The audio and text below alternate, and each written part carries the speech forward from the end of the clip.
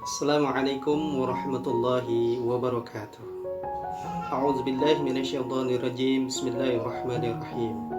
Alhamdulillahi rabbil alamin. Wassalatu wassalamu ala asyrafil anbiya'i wal mursalin wa ala alihi wa sahbihi ajma'in, amma ba'du.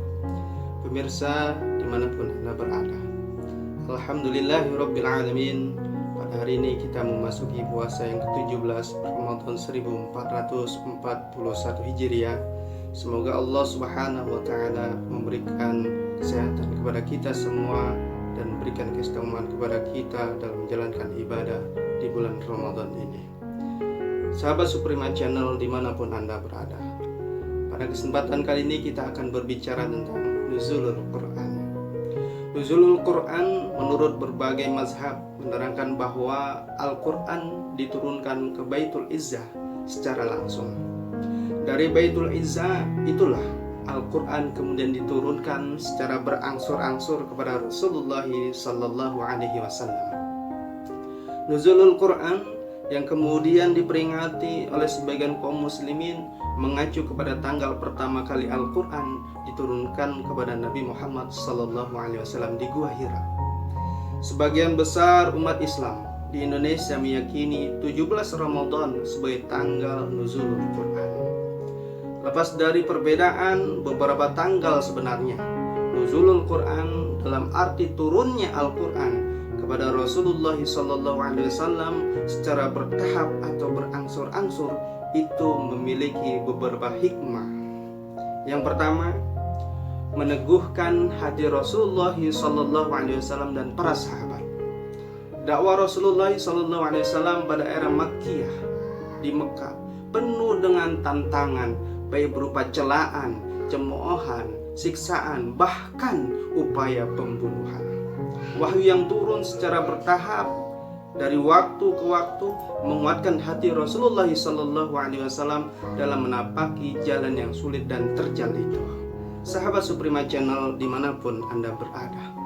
Yang kedua, hikmahnya adalah tantangan dan mukjizat. Orang-orang musyrik yang berada dalam kesesatan tidak henti-hentinya berupaya melemahkan kaum muslimin. Mereka sering mengajukan pertanyaan yang aneh-aneh dan maksud melemahkan kaum muslimin.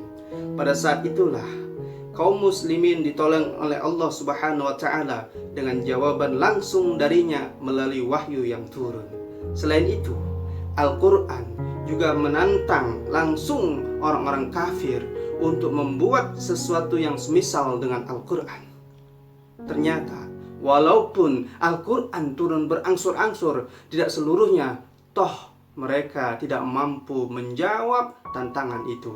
Ini sekaligus menjadi bukti mukjizat Al-Quran yang tak tertandingi oleh siapapun. Sahabat Suprema Channel dimanapun Anda berada.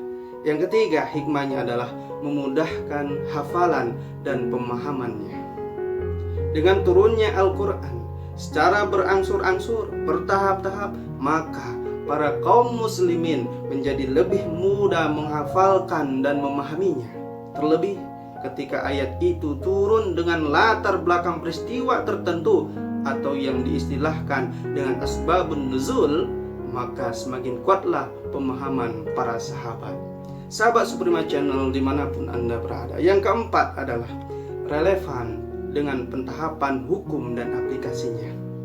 Di antara hal yang memudahkan bersegeranya para sahabat dalam menjalankan perintah Al-Quran adalah karena Al-Quran turun secara bertahap. Perubahan terhadap kebiasaan atau budaya yang mengakar di masyarakat Arab pun dilakukan melalui pentahapan hukum yang memungkinkan dilakukan karena turunnya Al-Quran secara berangsur-angsur. Misalnya khamar, ia tidak langsung diharamkan secara mutlak, tetapi melalui pentahapan. Pertama, Al-Quran menyebut mudaratnya lebih besar daripada manfaatnya. Kedua, Al-Quran melarang orang yang mabuk karena khamar dari sholat. Yang ketiga baru diharamkan secara tegas oleh Al-Quran. Sahabat Suprema Channel dimanapun Anda berada. Yang kelima adalah menguatkan bahwa Al-Quran benar-benar dari Allah Subhanahu wa Ta'ala yang maha bijaksana dan maha terpuji.